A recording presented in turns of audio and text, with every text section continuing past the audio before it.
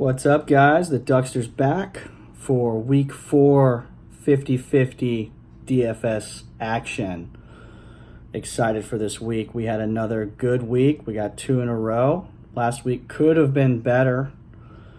We're sitting at 5 and 8 with our 50-50 lineups, so we are profitable. We're exactly where we want to be. This is really where you can beat the 50-50s. I think this is exactly if you were to average this out over a large sample size, being a fairly good player, you can beat these games at about this rate. Maybe a little bit more, but would probably average out to about 5 out of 8 lineups. So if we had 8 $10 lineups, $80 invested, we've cashed 5 for $20 total dollars. So that's 100 total. So now we're up to $20 in profit, which if you're playing those $10 games, that's 2 additional buy-ins and up the volume. And that's how you start making some money and really building that bankroll. So our lineups last week were good. We got dealt a little bit of bad news with the Mark Andrews situation. He was the low-hanging fruit tight end. He was just criminally underpriced. But his foot injury, the whole situation there, we had to pivot off of him on Sunday morning. So we had 2 pivot options. One turned out to be incredible, Darren Waller. So hopefully you guys took that at least in half of those lineups. And then the other option that I gave you guys was Vance McDonald. Bit of a bad beat there as well. He went out sometime in the first quarter, I believe, with an injury, and he did not return. So we got skunked on that. So the lineups, just to recap there, we had our Josh Allen, Rex Burkhead, Zeke, John Brown, Nelson Aguilar, Tyler Boyd, or Kenny Galladay, and then Vance McDonald or Darren Waller, Eckler, and the Patriots. That was our lineup that sucked. All right. This lineup may have cashed if you had Waller and you had Boyd rather than Galladay. You probably still could have squeaked out a cash. I don't think I actually ended up with that combo. I went heavier with what I thought was basically what was my favorite lineup, what I thought was our best lineup. That was Josh Allen, Zeke, Dalvin Cook, John Brown, Aguilar, Fitz, Waller, Burkhead, and Cowboys D. This lineup put up 169.82 points. And for most of those 50-50s out there, that should have cashed. Last week got a little bit crazy with Keenan Allen going off for like 46 and then Mike Evans going off for somewhere around there as well. So we didn't have any of those stocks in our 50-50s, and I think that drove the cashing point up a little bit higher than it typically is in these 50-50s. If you put up 169 points, most weeks we're cashing. So that lineup, actually, I think I had that lineup going at like 5 50-50s, and it cashed, I think, in 3 out of those 5 50-50s. And we had a Pat Mahomes stack as well, or Pat Mahomes lineup, rather. We had Mahomes, Burkhead, Dalvin Cook, Aguilar, Larry Fitz, Tyler Boyd, Darren Waller, Kelsey, and the Pats D. This lineup was pretty nasty, put up 185.36. I had this lineup in a little bit less than that previous lineup we just talked about. Wish I would have just ran this lineup in like 10 or more 50-50s, but this lineup killed. It cashed in every lineup there. So out of those, we had 8 total lineups through 2 weeks, and we've cashed 5 of them. So off to a great start here. I really like this week, okay? Really like this lineup that I'm going to drop on you guys right now. So we now have an emergence of Daniel Jones. Danny Dimes is what they're calling him. I don't know about all that, but I know the kid can throw the ball. I know he has a couple of weapons. Obviously, they lost Saquon. That hurts, but I think that is actually going to potentially strengthen Danny's fantasy production for us. So he's priced this week at 5,300 on Kings.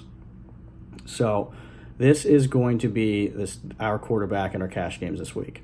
I know I've told you guys the last 2 weeks that we ride Pat Mahomes, and I will still create a Pat Mahomes lineup I was playing around with it this tonight, a little bit last night. I have not found the lineup that I like just yet, but I will create a third 50-50 here that we're not going to go over right now. I'll post that on the thread.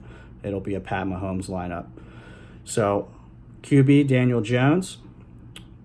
We're going to spend all the way up to the top for running back this week. All right, we're going to go with Run CMC, Christian McCaffrey. We got to ride this guy. He is nasty. Obviously, the offense runs through him. Even with Kyle Allen at the helm, he's going to catch passes out of the backfield. The guy has a big play waiting to happen. So we're going to pay up and lock and load that running back spot.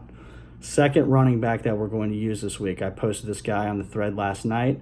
We're going to use Chris Thompson. He is again, I think he did this last year and maybe the year before that as well, but he is proving to be a PPR, I'm not going to say monster or stud, but he's just that steady PPR option. And he's priced at $4,500 this week. He's averaging 13 points a game. So his average is already at our 3x value of what we're looking for. He has a great matchup with the Giants. I think this game is going to be entertaining. Two pretty bad teams, let's be honest here. But I do think that they are going to, it's a division game. They're going to come to play, and Chris Thompson is going to get touches. He's probably going to get like 7 or 8 carries, maybe 10 if we're lucky, but he's also going to get 7 to 10 targets out of the backfield, and that's how he gets 13 points. And if he breaks one or scores, he has minimal titty upside, but if he does score, then that's just icing on the cake for us. So Daniel Jones, CMC, Chris Thompson, and now wide receiver 1. We have to tap into Keenan Allen, and I wish I would have been on this last week for you guys. Keenan Allen has been that every week stud through 3 weeks so far that we've seen in the past with like Le'Veon Bell, Todd Gurley last year, Kamara. He's just this guy that's producing, and he has even higher upside than, his upside's crazy. He put up 49, almost 50 points last week. He's priced at $7,600. He's not even the highest priced wide receiver, which is kind of mind-blowing to me. But he has upside of 40-plus points, and his floor, I think, is right at 18 to 20 points. They are playing the hapless Dolphins. The game may get out of control. But he's a stud. He's going to get his. So we're going to plug him in, and we're going to ride that. He is now approaching Pat Mahomes status as far as you just plug him in, sit back, play him, and stack money, basically. Second wide receiver here, we're looking at Christian Kirk. All right, Seattle secondary is pretty bad. They still have a tough front four, but in their secondary, he's going to be going against Trey Flowers, and this guy has been completely exploitable through 3 weeks. High volume passing game. He is averaging 10, I think maybe even 11 targets a game through 3 games. So he is still underpriced. His floor, he's averaging, where is he at right here? What's he averaging? Kirk is averaging 15.6 points on DraftKings. Again, he is right at that 3x value as his average through 3 weeks. I don't think he's even scored yet this year. Let's look on here. He had, no touchdowns yet. Just a ton of targets. First week, 12 targets. Second week, 8 targets. Last week, 12 targets. That is great volume, and we want to exploit that.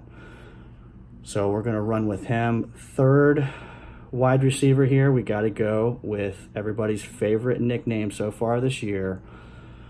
Go Bucks, Scary Terry. All right, this guy is killing it, and he is getting no respect with the DraftKings pricing here. No respect whatsoever. He's not min priced, but he is effectively min priced for a wide receiver 1, which is what he is actually putting up so far this year through 3 games. He's priced at $4,500. He will be the chalk receiver this week. He will be the highest owned receiver, I think. He's going to be in most cash lineups, probably over 50%. So we want to get some of that action. We want to run that. We love the price, and we love the matchup even better. Again, it's kind of weird tapping into this Washington-New York Giants game with, what do we got, 3 players going here. But I do think they are all great options. A lot of chalk options as well. Tight end spot. So we're kind of punting tight end pricing-wise, but we have crazy upside. We have crazy touchdown upside, I should say. We're going to go with Will Dissly. All right. You guys can probably guess why we're going to do this. First point is he is 3,600. They haven't priced him up. I think he scored 4 touchdowns through 3 games. And we know that the Cardinals give up the most points to tight end through 3 weeks. And I think even historically the past year, or last season rather, they've given up a ton of points to tight ends as well. So with Dissly, they cannot cover the tight end. They're middle linebacker, they're linebacking core, middle linebackers, outside linebackers. They are pathetic at covering the tight end. Maybe they figured out this week, but we're going to bet against that. We're going to go with the trends and our sample size, and we're going to run with Will Dissly. So that cheap option there that has a lot of upside, I mean, he's got to get us 9 points, 10 points. Basically, he gets three grabs for 50 yards, and he has that touchdown upside. I mean, we're there. And if we get skunked on it, even if he gives us like 2, 3, 4, 5 points, this lineup is strong enough that I think it can power through and we can still cash. Now, in our flex spot, we have 4 options in this flex spot right here. They're all priced evenly. I cannot figure out who I like better. Who I've went with right here, I will probably play each of these guys in a 50-50 lineup. So I'll probably have 4 different lineups going, just the only different player would be this flex spot. So who I have plugged into this lineup is Cooper Kupp. All right, they're playing a home game. Tampa Bay's coming to town. Cooper Kupp is getting, I think he's Jared Goff's favorite receiver. We hear Nick lamenting about Bobby Woods not getting any looks. It's because Cooper Kupp's back, man. Cooper Kupp, before he went down last year, was Goff's favorite target. He's a red zone monster. I think the guy looks even better coming off this ACL. We're plugging him in. He's only 6,500. He has the touchdown upside. He's going to get the red zone targets. We love it. All right. Defense, we're staying with that same game. We're going to run the Rams D. Ramrod, right in Jameis's ass. All right. He's going to get pressure in his face, and we know Jameis loves to turn the football over. So we're looking for a couple turnovers here. Even if this defense doesn't do much, they're still going to give us 10, 12 points. We're good, but they have upside of like 30 points with Jameis Winston at the helm. We know what that guy's up to. Now, circling back to that flex spot. So in this flex spot, we're going to have like 68, 69, or 7,000 to spend in this flex spot with this lineup build. So we have Cooper Kupp plugged in on this one, but I think 3 good options here. First option is David Johnson. Tough matchup on the ground. Seattle still has a formidable run defense. But even if Arizona, and I do think Arizona will be playing from behind, but they're still going to have a high volume passing game attack. If they're playing from behind, I think David's still going to get targets out of the backfield. He's still going to produce PPR value. It may not be on the ground, but I could still see him going for over 100 yards in this game.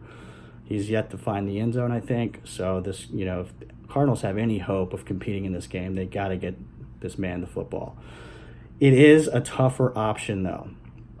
As I had David Johnson plugged in first, and the more that I've thought about it and kind of gone back and forth with this, I like Cooper Kupp better. I like Cooper Kupp better. I think his floor is higher than David Johnson's. David Johnson could put up like an 8-point stinker, and that would really skunk our lineup here, or at least have the potential to. So I like Cooper Kupp there. David Johnson I do think is a good option, but it's a tougher option for sure, and I think that's a little higher variance option. And these cash games, we are trying to fade as much variance as possible. We're trying to get that solid floor, that foundation. Another option that we could plug in here, if you don't want to go Cooper Kupp, is Mark Ingram. So Baltimore facing Cleveland this weekend. The game is an AFC North division rivalry game. I could see this game being a smash-mouth football game, and we know that Ingram is getting all the red zone goal line carries. His titty upside is just absurd. He's on absurd pace. It's not sustainable, but he still could get 100 yards in a titty pretty easily there and return crazy value. Third, or rather fourth option there is my man, Chubb. Nick Chubb. His price is $6,400.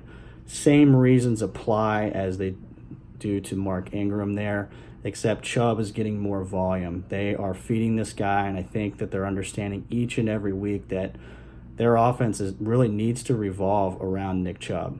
Freddie Kitchens cannot run a spread offense. He looks fucking clueless out there, to be honest with you. I think this guy's completely over his head.